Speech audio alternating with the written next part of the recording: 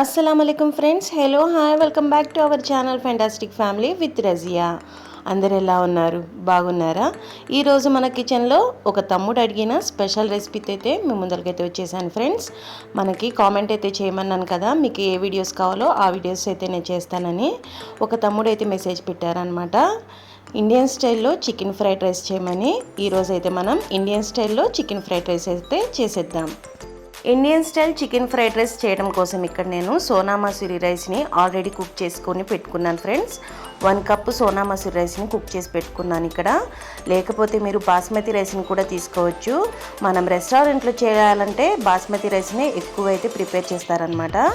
ఇక్కడ వచ్చేసి 1 కప్పు సోనా మసూరి రైస్ని కుక్ చేసి పెట్టుకున్నాను. నెక్స్ట్ వచ్చేసి మనం చికెన్ని కూడా ఫ్రై చేసి పెట్టేసుకున్నాను ఫ్రెండ్స్. ఇక్కడ చికెన్ 65కి ఫ్రై చేసుకుంటాం చూడండి, అలానే ఫ్రై చేసుకోవాలి. ఇక్కడ వచ్చేసి మొత్తం చికెన్ని నేను బోన్లెస్ అయితే తీసేసుకున్నాను అనమాట. ఇంకా ఇక్కడ కొన్ని వెజ్జెస్ కూడా తీసేసుకుందాము. ఆనియన్ని చిన్న చిన్న పీసెస్గా చాప్ చేసుకున్నాను, క్యారెట్, ఇంకా గ్రీన్ క్యాప్సికమ్, క్యాబేజీ, ఇంకా గార్లిక్ని కూడా తీసుకున్నాను ఫ్రెండ్స్. దీన్ని కూడా చిన్న చిన్న పీసెస్గా చాప్ చేసుకోవాలి. మీ దగ్గర ఏం వెజ్ అవైలబుల్గా ఉంటే ఆ వెజ్ అయితే తీసేసుకోండి. అలానే దొండకాయలు, బెండకాయలు, చిక్కుడుకాయలు మాత్రం వేసుకోవద్దు. కొంచెం స్ప్రింగ్ ఆనియన్ కూడా తీసేసుకున్నాను. కుకింగ్ ప్రాసెస్ అయితే స్టార్ట్ చేసేద్దాం. కుకింగ్ ప్రాసెస్ స్టార్ట్ చేసే ముందు స్టవ్ ఆన్ చేసుకొని ఒక పెద్ద కడాయి పెట్టేసుకుందాం. కడాయి కొద్దిగా హీట్ అయిన తర్వాత 2 టేబుల్ స్పూన్ ఆయిల్ అయితే వేసేసుకుందాం. కడాయిలో ఆయిల్ వేసేసిన తర్వాత ఆయిల్ కొద్దిగా హీట్ అయిన తర్వాత మనం చిన్న చిన్నగా పీసెస్గా చాప్ చేసుకున్న గార్లిక్ని కూడా వేసేసుకుందాం.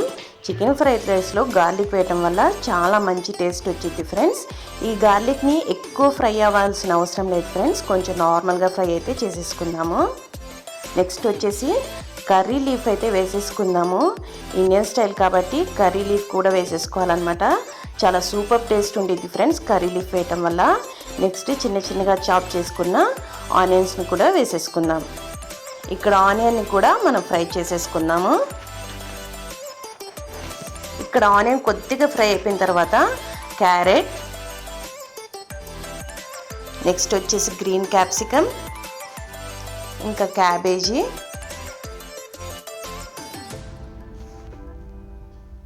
క్యాబేజ్ కూడా వేసేసుకుందాం ఫ్రెండ్స్. ఇక్కడ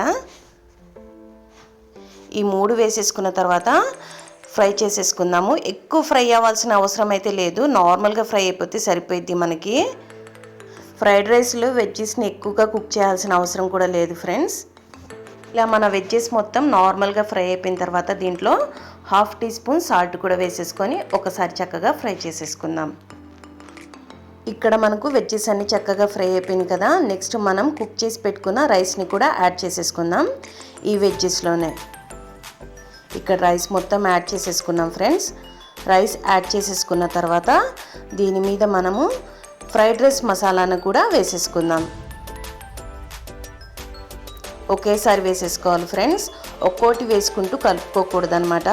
ఎందుకంటే మనకు రైస్ అనేది విరిగే ఛాన్స్ ఉంటుంది కాబట్టి అన్నీ ఒకేసారి వేసేసుకొని మిక్స్ చేసేసుకుందాం. ఇక్కడ కొద్దిగా సోయా సాస్ కూడా వేసేసుకుంటున్నాను. ఎక్కువ వేయకూడదు ఫ్రెండ్స్, కొద్దిగానే వేసుకోవాలి soya sauce. 1/2 teaspoon red chilli sauce కూడా వేసేసుకుందాం. ఇక్కడ వచ్చేసి రెడ్ చిల్లీ సాస్ వచ్చేసి 1/2 టీ స్పూన్ వేసుకున్నాను ఫ్రెండ్స్. 1/2 టీ స్పూన్ వెనిగర్ కూడా వేసేసుకుందాము. ఇంకా వెనిగర్ వేసేసుకున్న తర్వాత ఒకసారి చక్కగా మిక్స్ చేసేసుకుందాము. మొత్తం వెజ్జెస్ మొత్తం బాగా మిక్స్ అయ్యేటట్లు. ఇందులోనే మనం 1/2 teaspoon red chilli powder కూడా వేసేసుకుందాం ఫ్రెండ్స్. ఇప్పుడే 1/2 టీ స్పూన్ వేస్తున్నాను రెడ్ చిల్లీ పౌడర్ వచ్చేసి. మన కలర్ కూడా చాలా సూపర్గా వచ్చింది అనమాట మన చికెన్ ఫ్రైడ్ రైస్ కోసం.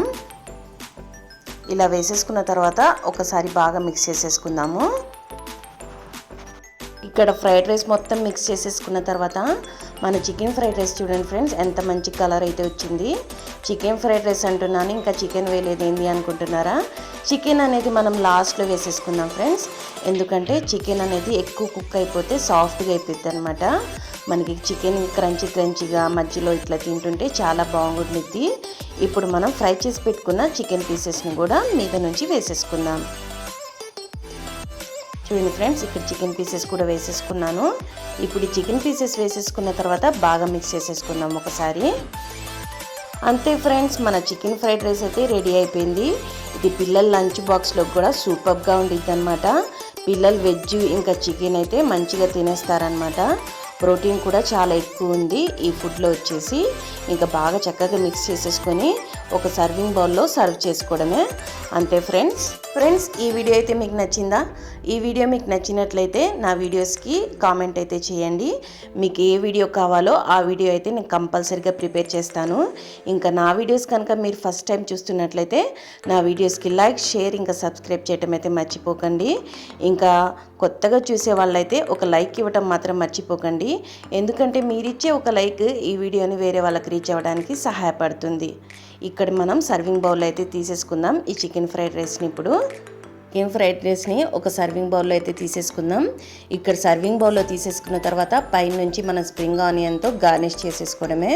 ఎవరైనా గెస్ట్లు వచ్చినప్పుడు ఇంట్లో వేడివేడిగా తినాలనుకున్నప్పుడు మనకు వెజ్జెస్ ఇంకా చికెన్ ఫ్రై చేసేసుకుంటే వితిన్ మినిట్స్లో ఈ చికెన్ ఫ్రైడ్ రైస్ అయితే రెడీ అయిపోయింది ఫ్రెండ్స్.